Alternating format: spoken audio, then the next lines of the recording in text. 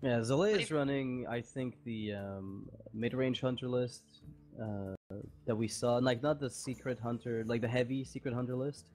Um, it's got a bit of a hybridization to it, if I'm not mistaken. If that's the list I'm thinking about, then it's the one that all like tops off at Nazat, which was pretty cool. I love how like Lifecoach got serious and he put on his gaming glasses on, That's and all. then That's all he decided, does. like, no, I don't want to wear them anymore.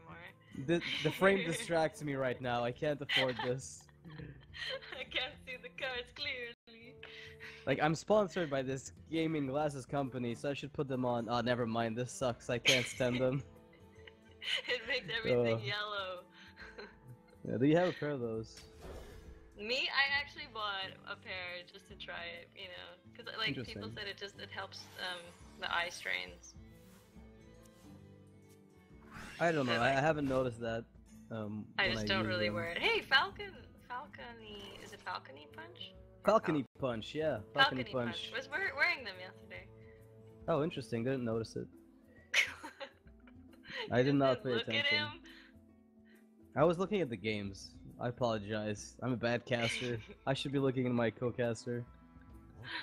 So, Lifecoach, with the decision here to use Mhm. Living Roots to kill the bat, he could go for a little bit of a gamble where, there's always a chance if you go for Living Roots for the 1/1s that maybe at the end of the trade you end up keeping one of your 1/1s, but in the process you almost always take at least 2 damage from the bat that attacks you and then possibly 1 from the death rattle. So there's a decision for him to make here, and I Mhm. think like it's 2 damage worth it. It's taking 2 extra damage for the 50% chance of keeping a 1/1 worth the extra I hassle.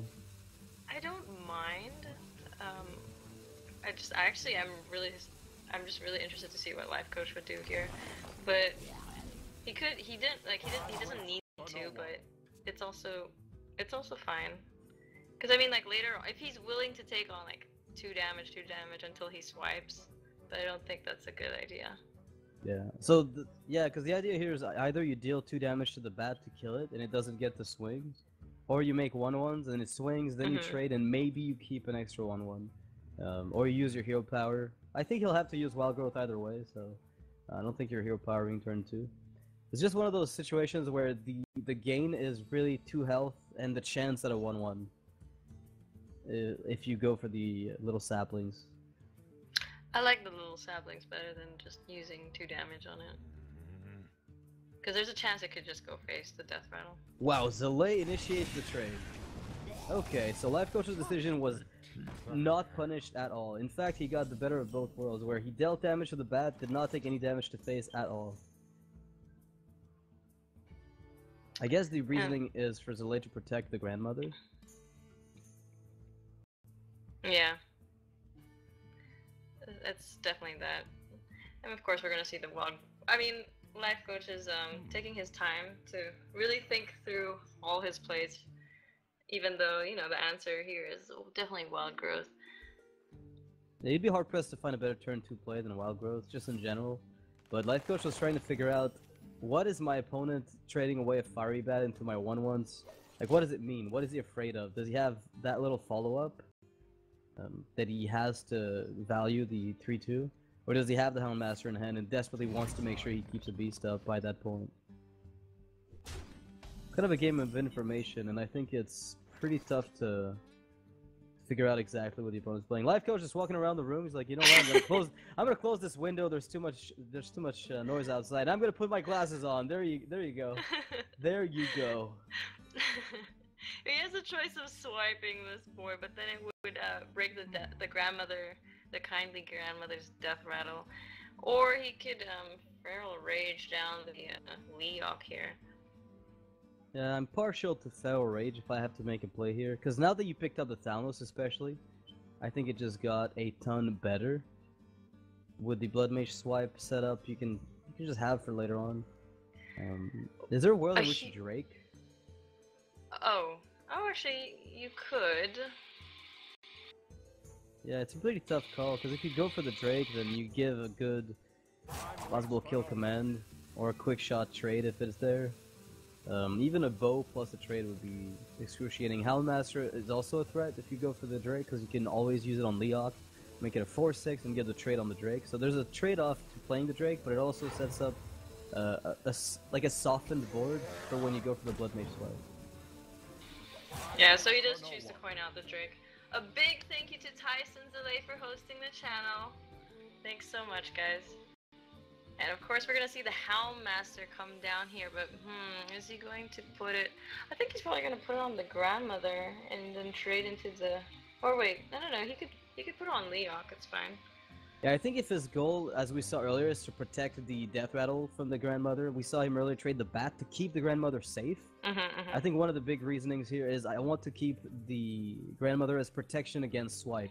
So by buffing up the Leok, that is still a thing he does, and I think it's consistent with his game plan. Yeah. Very As consistent. much as you like, you really want to not break the Death Rattles. Try to be annoying for your opponent.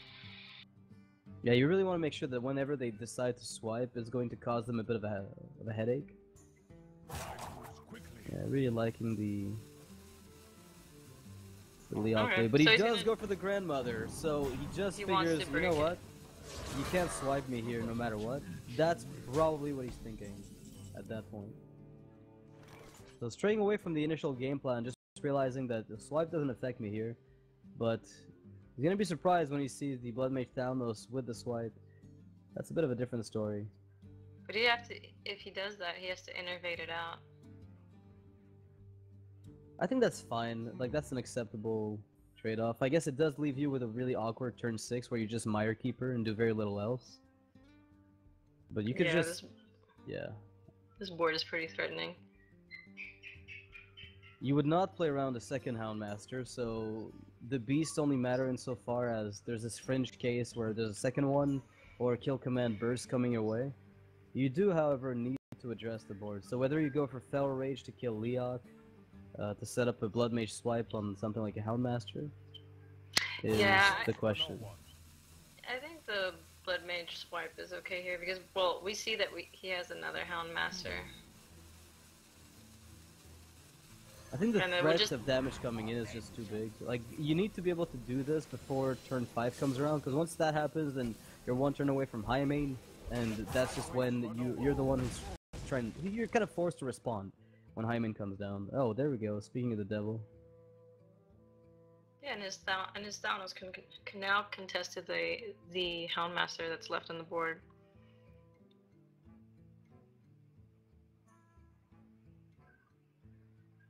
It's kind of awkward. Zalae has to just play the Houndmaster on curve. So Zalae's decision to pop the Grandmother forcefully, right, where he ended up just trading it off with the Houndmaster buff, gave him a better second Houndmaster turn, but also exposed him to exactly what happened here. He could not play around Innervate Blood Mage Swipe. I mean, that's absurdly low chance to happen. And the combination plays that lead to a board clear there weren't exactly amazing. So the worst case scenario might have been Innervate Swipe, where he just uses Innervate to trigger the hero power to kill your 3/2, but that means there's no Blood Mage on the board, so you're still ahead. And I think Zalae made the right call, but got very, very slightly punished for a marginal play. Alright, Zalae recognizing he's got to be the aggressor here.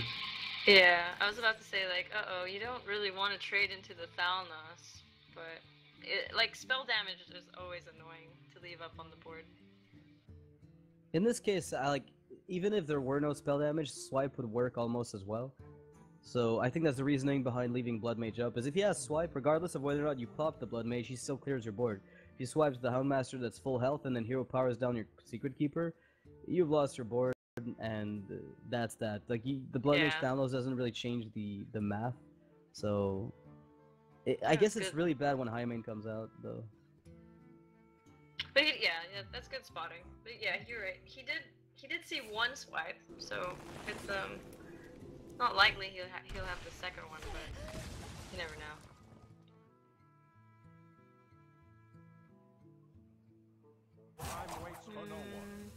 He has a choice to Moonfire and Hero Power the other But I guess he wants to see what he draws first.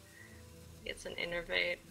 Now, it's kind of awkward because if he had Innervated, if he had Moonfired the 4-3 first when Blood Mage was on the board, and then Innervated the Hero Power to finish it off, he could play a Giant. Yeah. I guess he could have technically played the Giant. Yeah, it's hard to know that you're gonna get a Innervate.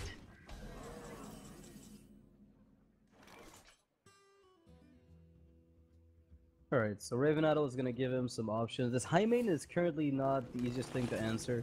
I mean, you can always pop it with Feral Rage and your Hero Power to just remove the first part of the body and clean up what's left with the minions you've got on board, but it's not the most appealing outcome. Yeah, I think, might have to trade his, minions into it.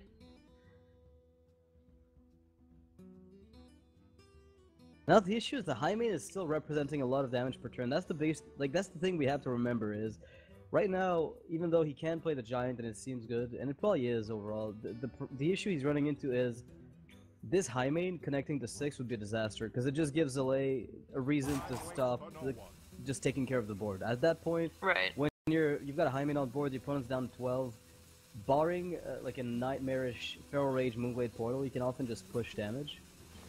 Which I think is the reasoning that's going to be used here.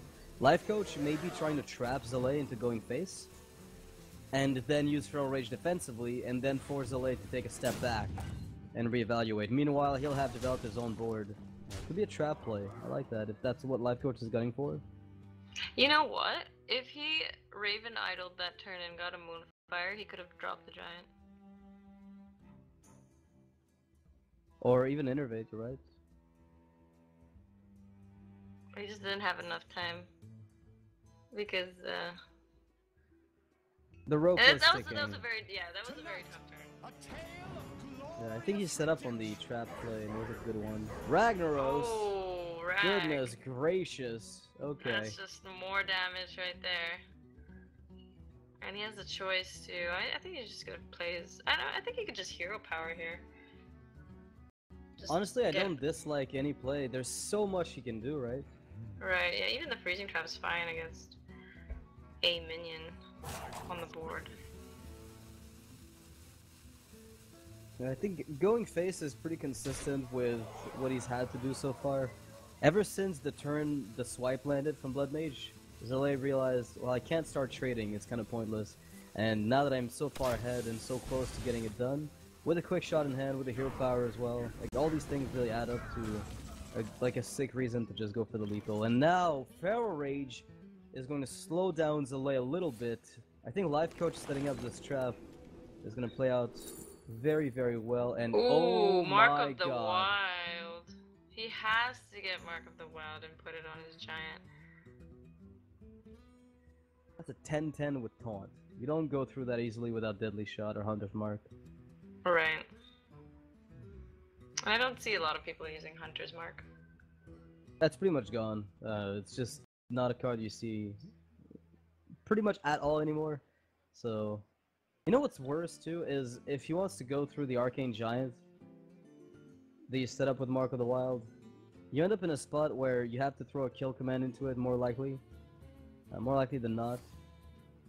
As well as the high main, which is horrible. Do you ever play just one Giant to play around Unleash? I would play both. Probably not. Yeah, you set up a lethal of your own. Yeah, you're probably close to dying here, so you want to push as much damage as you can.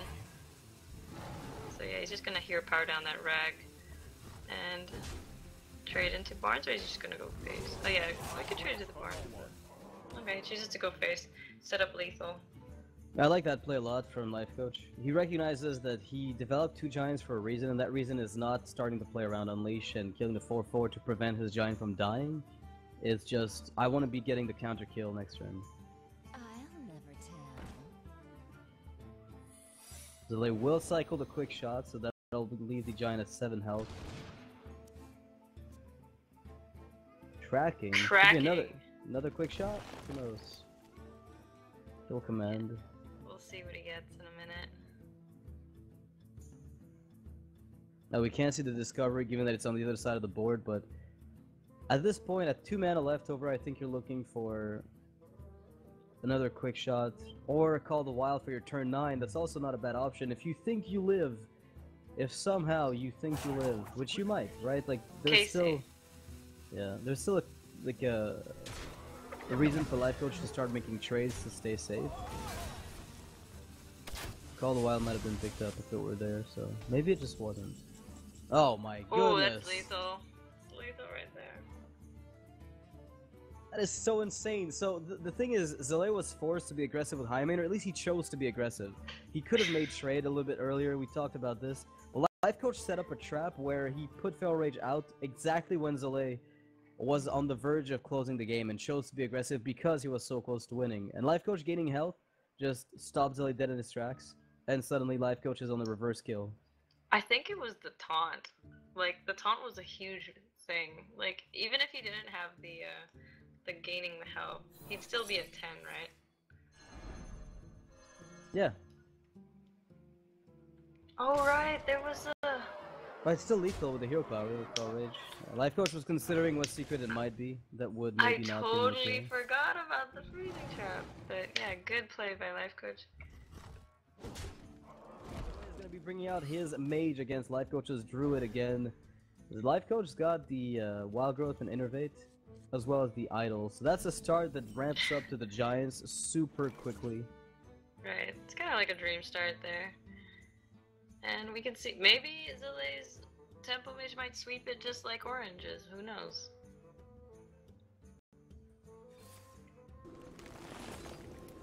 It has happened, so wouldn't be... Druid isn't exactly like hugely favored. I don't think though that it's as bad as it used to be for the Druid player nowadays, because they do have a lot of healing. Claw is kind of handy for like sorcerers, apprentices, or cult sorcerers. Yeah, But and it deals with power- most of the 2-drops. Yeah, it's either Claw or Power of the Wild to buff up your other minions. I don't mind Force of Nature either. Honestly, the thing is that the turn where you want to be developing minions? Is this turn 5 where you want to be doing it? I don't dislike any of the choices here. I don't think Power of the Wild is especially meaningful if you don't have Fangel in hand yet. I like Force of Nature and Claw. Yeah, he could innervate it for turn 5. I don't think he's playing the token variant of Druid with the Valid Teachers. So the Power of the Wild would have been useless. yeah, I mean now he's almost got his turn useless for the 5. most part. Yeah. Good Drake.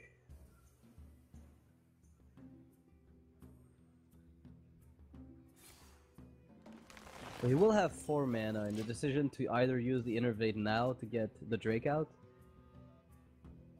I mean, maybe you just get Force of Nature out right away. Right, Force the mage into an awkward. Whoa, okay. Does that change anything if you don't have Native? It's Probably most not. likely gonna die, yeah, if you put it out. But it depends if you really value your Fandral or you don't mind it dying. I don't know if you play it right away, but the question is whether or not you keep the Innervate for it. You know, for turn 5, Fandral, Innervate, Feral Rage, you can kill a Flame Waker that comes out on curve and also gain some health in the process. That's... Yeah, it's best to save it, right? You could innervate the Drake and just probably maybe get a Moonfire or Living Roots if this is the Mali version. If the Druid Drake is played, the risk of Arcane Blast is a pretty threatening one. So Force of Nature seems more appealing, because the odds of the opponent having Flame Waker coin missiles is pretty slim. In this case, he has it. So, you know, it's this 3-card combination that leads to a disaster, but in most cases, these 2/2s just cause a headache for Zalae, where he can't really answer them cleanly without exactly the combination of cards he's got in hand. Yeah, Flamewaker Coin Arcane Missiles could possibly clear the whole board. I mean, yeah, that's still, what, 7 missiles straight up? Actually 8 if you account for the spell damage that comes from the full sorcerer. Alright, so far so good for Lifecoach. The 2-2 is left alive, giving him a good trade, and a really good trade on the Cold Sorcerer. So this Flamewaker wasn't as disastrous as it could have been. And suddenly, I think Lifecoach is in the driver's seat again. Well, yeah, he could Drake here, where he could Feral Rage and just get rid of the Flamewaker. What to do? But I like the Drake. I think you want to kill the Flamewaker. You're a braver player than I am. I just I don't think Flamewaker is a card I leave up very often. Looks like Lifecoach agrees with you. But you guys are playing with fire, quite literally. I'm way too spooked by this card to not respect it. Maybe more than it deserves. Sometimes I just don't have the answer, like the spells all the time. He did use a bunch. He used the coin and arcane missiles. I guess so. So if there's no Frostbolt, you're often in good shape. Oh wow. Where were those two missiles last turn? He didn't even need to ping it. That's a pro Flamewaker right there. But like now he has the Emperor Thorson. That's insane with the Fandral Nourish on 7. Right, What? right. Oh, this is so disgusting. And then he could Feral Rage after he nourishes. Because he gets the mana crystals back from the Nourish, giving him a 2 mana Yep. Feral Rage to play. This is so insane. This Yep. Emperor is going to crush Zalae's hopes and dreams. Oh, poor guy. That is so nasty. Yeah, Emperor Thorson is so good in Druid. Especially when you have like Nourish and Fandral combos. That's a card I'm sure Zalae is going to be playing this turn. I was looking at his hand thinking there's no answer in that hand for the Emperor, but he picked something up. Yeah, it's totally fine that he took on like a few little missiles from the Flamewaker because he's just gonna gain health. Gain 8 health, kill Flamewaker, draw 3 cards. Are you serious? That sounds so balanced. What is that card's name? That card's Which one? name? Fandral Staghelm. I don't know. I'm so surprised at the power of Fandral just in general. Like I know that card is hailed as like it's a super cool design, right? It's just so snowbally. When it does something at all, it just feels like it crushes completely. Like turn 1 Fandral, right? That's just Sure. disgusting. I've had my fair share of Power of the Wilds on turn 2 after a Fandral, and I'm just thinking to myself, why do I play when it's a Druid? I should just leave. Such a snowbally card, and right now it looks like he's going to be able to get even more value out of the hand he's been given. The Lifecoach has multiple options, can just develop a Malagos. There's no answer in the Mage deck at all for this card. The 412 just doesn't get answered from Mage, ever. He has a choice to Moonfire this or Living Roots but he's thinking about the Living Roots here because he gets like the value from Fandral, but then he decides to take the Moonfire. I like Living Roots in face at this stage because you maximize damage output, and you know that this Malagos is not getting taken off the board, and you have a swipe ready for next turn, which means effectively you're probably pushing for lethal within 2 turns, unless something really wrong happens. Yeah, usually when you drop the Malagos, you want to use like the burst already, because like just in case like they just randomly have like a polymorph or a tome and then get a polymorph out of that. Yeah, we've seen less Kabbalah's Tome in the Tempo Mages in this event than I've seen elsewhere. For some reason, a lot of people have been shying away from it, where they play more minions instead, or a more aggressive line of play with just a bunch more spells that burn. So it's been interesting to see how Tempo Mage has evolved with less tomes, more burn, and overall more consistency. Like you tend to see less babbling books and just more spells that do things. Yeah, I think they only use 1 babbling book now, right? And, yeah, some of them have just cut it entirely, right? Yeah. The tome was a bit weird because sometimes you just don't get the answers. And you just like need a whole turn just to use it.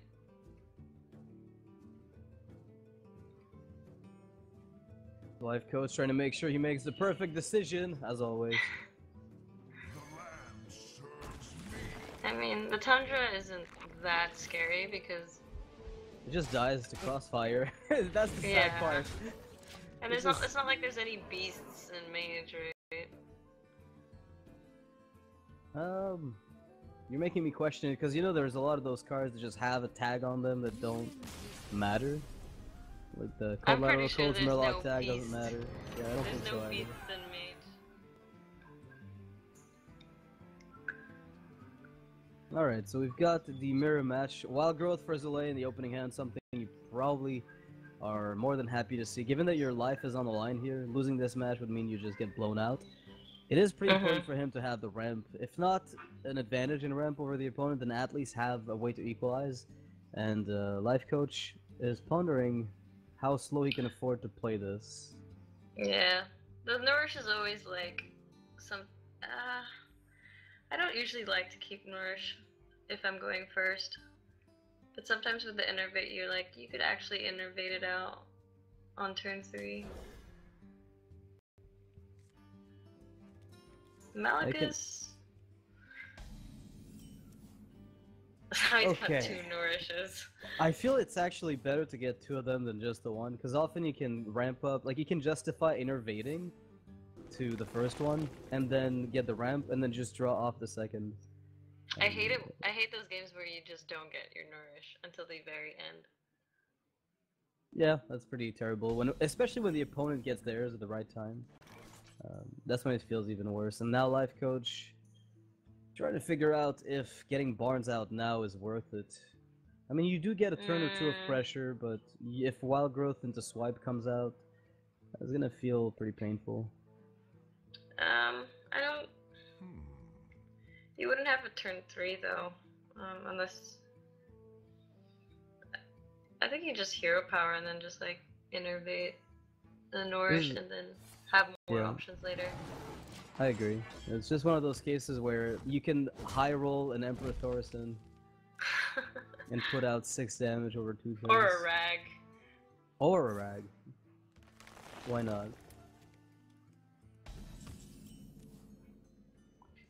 Alright. Yeah, finally, so So we're gonna the see the Nourish Nourish hits. here. And both Do of them you- just have their Malaguses in their hand. I mean, it's a matchup where the combo matters, but oftentimes, if one big minion sticks, you still end up having to use your Moonfires on it or your Living Roots. Oh, he went for the ramp. Yeah, always. In this spot, you always go for ramp since the opponent played Wild Growth, and you do get your second Nourish to draw your cards. So it's one or the other. Usually, like I've rarely seen card draw being used for the first 2 Nourishes. If you have both in hand, oftentimes ramping up the first one is just a bit cleaner. Okay. He could choose to just play his own Drake, or is there anything he can get from Barnes that could help him? Because the Barnes is just gonna die. The Swipe or the Drake, Hero Power. Is he gonna go for another ramp turn is my question. Because there is an argument for it, because you would be at 9 mana. You could do absurd things. Chooses to draw. Yeah, honestly, seems more consistent with the initial ramp from the first Nourish, so I like that. Alright, the Life Coach now with the double Living Roots. Could go and make 1/1 to the first one to get an Azure Drake Living Roots to finish off the Drake on the following turn. I like saving the Living Roots for either like killing a minion with the Mali or just for burst to the face. I mean, he does get a Or really with good the kill on Drake. it next turn. Yeah, exactly, right? Like, there's many ways you can use the roots, but one of the ways you could have done it here is you set up the 1/1s and then finish off the Drake with the other roots on the following turn. But since he's already got Barnes into Feral Rage for turn 7, I don't think he's in any hurry to deal with the board. I like that. Okay. I think we're gonna see the maybe you could like Raven Idol first and see what he gets. Not if he wants to feral rage down the Drake though. I guess in the world where he goes living roots to kill the Drake and then Raven Idol's Barnes, I think that like you can start with the idol. Otherwise, I think he might stick to his original plan of killing the Drake with the feral rage. Yeah, Feral Rage and Barnes. It seems safer, just in general. Even though swipe still punishes you, it's not as big a punish as going for idol and then not having enough mana to go for the kill. Yeah, you're right. Because if you just Raven Idol, Drake, and Living Roots of 3/3, the Drake would just still be up. And you'd rather the Mire Keeper be up than the Drake. So what do we pick up? It could be Emperor Thorsten. It's Fandral! No way! You have got to be kidding me. This has got to be the snappiest double roots into Raven Idol I've ever seen from Lifecoach. They're gonna be auto-selected. Let's see what the Idol Gods give us. What did the Idol Gods... Is he really opening up his Raven Idol right now? It's happening. And he got Menagerie, Magician, and Swipe. Hey, those are good. Hey, I'm how sorry. did he get that? He like picked it really fast? No, he didn't. They got auto-selected. They Oh just my get God, randomly picked. He got the best spell from what I He saw. got the best minions. There was Ancient Watcher and Ancient Shade. Those were horrible. They were absolutely awful. He got the two best possible outcomes out of the cards that he found. I guess there was probably Wrath that was probably like the second best of the 3 cards he was offered, but those were amazing auto picks by the game. Nicely done, This is so David. funny. I was just like, my stream always calls me the female life coach because I rope a lot, and the rope freaks me out, and stuff like this happens to me all the time. And I didn't like. I knew Lifecoach roped a lot too, but I didn't know like it would like auto pick his stuff for him and stuff like that. Then you haven't roped enough. If you didn't know it auto picked, you haven't roped enough on your stream. You need to resume No, I meant your I rope didn't coach know play. if he would do it to himself. Oh. 'Cause it happens Yeah, no, to me, he's like, done that a lot. He's lost games and something with Grim I Page and would Warrior. do. Doing stuff. I mean, there are dragons in the deck, right? They've got a Sure Drake, Beast-wise. He might be running or getting Power of the Wild at some point. Murloc-wise, I don't think there's anything in here. I'm Yeah. surprised these 1/1s are still there. Like, I thought Zalae would have. Well, he didn't have a swipe, so. But. So that just gives Lifecoach the read, like, hey, he doesn't have a swipe. I can extend it pretty hard onto this board, yeah. Or just, like, he probably should trade in a couple into the 3/2. I think Giant and maybe Hero Power trade is fine. If that forces Yeah. the mulch before turn 9, then you can almost always drop Malagos on its own. Here's the thing though, with a hand big, like as big as Zalae's right now, one of the things you're afraid of is your Malagos may just die to, like Malagos double Moonfire. Right, when you don't have the answer to one. So that could be in the back of his mind a little bit. We are gonna see the mulch here, most likely, from Zalae on Lifecoach's Arcane Giant. Can you else ever can you just do? play Emperor Thorsten and pass it? I think Can you'd have to we- innovate out the mulch, right?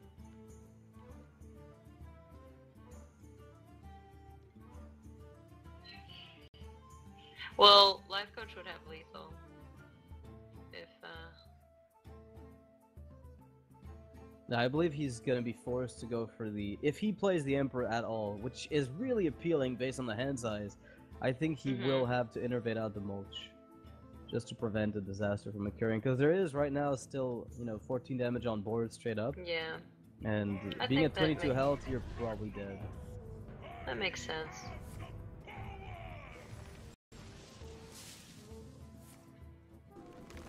All right, let's see what Lifecoach gets from the mulch. Another giant would be pretty moving. Soga! Soga! That's actually a card that Druids would have anyways in their deck. There's a chance they just include it because it's so good against a certain portion of the metagame. So that's a really high roll mulch for Lifecoach. Ended up getting one of the better outcomes for himself. He played Sylvanas in his deck. I hadn't realized that. I don't think I saw it yesterday. Lifecoach with gonna the have to- Sylvanas. He's gonna have to clear off this Thorson before it gives Zalae any more value. But how... Drake swipe can do it.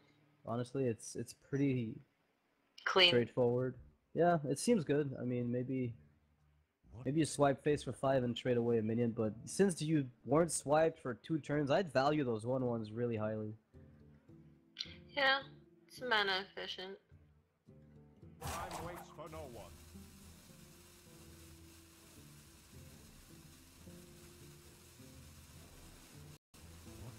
That rag won't be coming down with these little saplings on the board. Oh, so he's gonna choose his Sylvanas. With Feral Rage and a little bit of a clear. So you will trade away one of the 1/1s. Again, Go, valuing the swipe Lifecoach, for later. go! He has all these He's smiling. Okay, he did it. I think he didn't attack with the second one. Oh my god! Poor little sapling. This is really Lifecoach. funny. Lifecoach This is living up just- to his name. Had you not seen him play before? This happens all the time. No, I don't watch him that much, but like, oh my god, it's just like watching myself minus the freakouts. He's very composed as a player though, so it never gets to him. The only time it really got to him, and you could tell, is when he lost one of the most important games of a certain league. I think it was the Archon Team League, due to the rope in Grim Patron Warrior. He literally couldn't finish the turn and had lethal like 10 times over, but just roped on it really hard. Felt bad.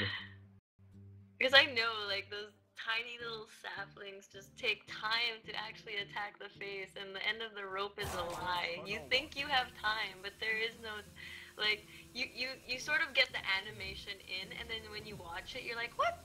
It didn't go through. So... Yeah, you have to increase your Hearthstone APM, is what it looks like to me. Playing some StarCraft is a recommended cure by doctors around the world. Oh, you have to empty this hand unless you don't value your top deck. I guess you can burn a card in that spot. Zalae has a Probably ton not of the worst. cards that he's not using. So the question is, how much damage has he got now? Because I see Malagos with double Moonfire for 12, and the Living Rose for 7. So he's got a total right now of 19 damage that I can see. So he's a little bit shy of the lethal. I feel like maybe you threw away the Innervate in this spot, just because if you pick up the second Living Roots off the top, and it gets burned, then you miss lethal, basically. It's either he just plays Saga or Drake and sees what he gets, or Wild Growth first. But then you're never playing Solgoth, so it's a really tricky. I like Solgoth a lot. It's just a straight up power play, and you push damage. The question, like, he's trying to wonder right now, am I dead? Because one of the tricky spots here is, if there is such a thing as, you know, Malagos, double Living Roots, Moonfire, Hero Power, you die. Okay, he wants to finish this game already, so he drops the Mally. Oh wow, Zalae burnt a card. Wrath not the most dangerous thing to burn. It's not too bad. Lifecoach is looking at Sagoth. I'll never play this. Okay, so how is Zalae gonna deal with this Malagus on the board? I don't think he can. I almost think he can't afford to. Right now, he's like 2 off lethal. Well, 1 off. If you account for hero power. Okay. So the way I see this going is Malagos gets played, Wild Growth is played for the cycle, and then maybe you find another Living Roots.